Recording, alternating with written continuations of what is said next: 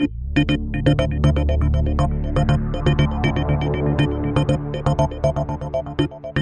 future internet promises an exciting new world of services and capabilities.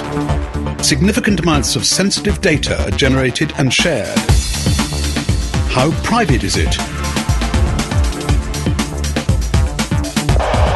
What are the new challenges? What are the new risks? All these delicate issues were discussed at this year's summer school, entitled Privacy and Security in the Future Internet. It's now over 6 years since ENISA, the European Network and Information Security Agency, came into being. Working for the EU institutions and member states, ENISA is in the frontline response to security issues of the European Union. It's the pacemaker for information security in Europe. Mindful of the need to share security information between member states, ENISA has, since 2008, jointly with the Foundation for Research and Technology of Hellas, organised summer schools.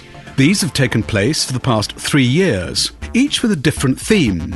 This time it was Privacy and Security in the Future Internet. We talk about the future Internet, so it's then the question what new business cases come up, what will be accepted by the society. So in this summer school we can talk about privacy and trust, because we need the trust into the technology and implementation and the applications and services that are accepted by the customers. It's commonly acknowledged that the future Internet represents a fundamental shift from the way networking is perceived today. It's expected to enable a plethora of new services, as well as bringing new opportunities for growth. And at the same time, though, new challenges for people's privacy are emerging. And a lot of people will very quickly look at the settings and pick something or just go with the defaults. And as we get to the Internet of Things, when more and more of our things are on the net, there'll be more of a predilection just to use the defaults. So defaults matter a lot.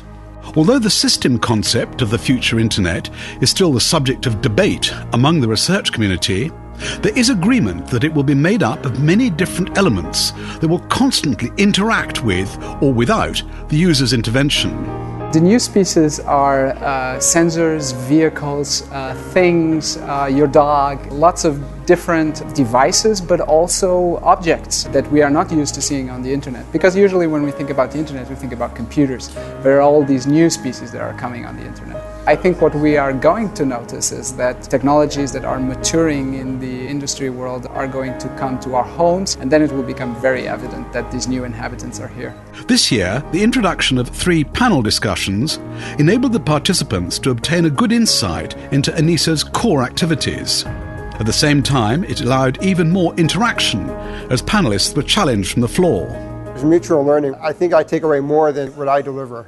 So I think there's a lot for us to be learning. There's a lot of good initiatives going on in Europe as well. And I happily bring those back with me to the United States. This is the second time that I'm attending this conference. I have to say this year I find particularly interesting the topics of cloud computing, and the talk from Mika Hipponen absolutely blew me away. And the subject of that high-powered talk was about how attacks evolve over time and about the social motives of attackers. He highlighted the new threats and fixes for your mobile phone. People don't just want a traditional antivirus on their phones. They're interested in more security as well, including fixes for practical problems. And the most typical practical problem you have with your phone is that you lose it or somebody steals your phone. And as an end result, we now have built into our products not just the antivirus and firewall mechanisms, but also functions that enable you to find your stolen phone or remotely back up your phone if it's stolen and then wipe the data off the phone. And that's the kind of risks that anybody can relate to, because these do happen every single day. The ENISA 4th Summer School on Network and Information Security has succeeded in becoming an established annual event. It's a very good example of ENISA's role as a facilitator of dialogue, offering a platform for the exchange of security information, experiences and practices between member states of the European Union. It's already very important, and if you look to the agenda and to the amount of people that is here, and certainly the different ages, the different backgrounds of people that is attending, I believe that is making a very important service for Europe.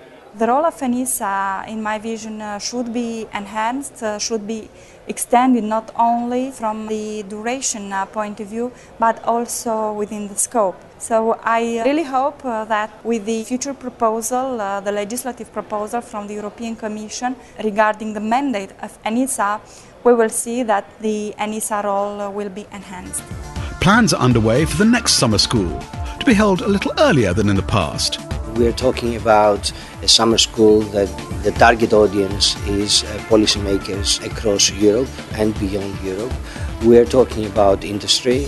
We're talking about all those researchers and academicians from around Europe and beyond that are interested in the topic of security. And the topic of the next summer school is already set. On Crete from the 27th of June to the 1st of July 2011.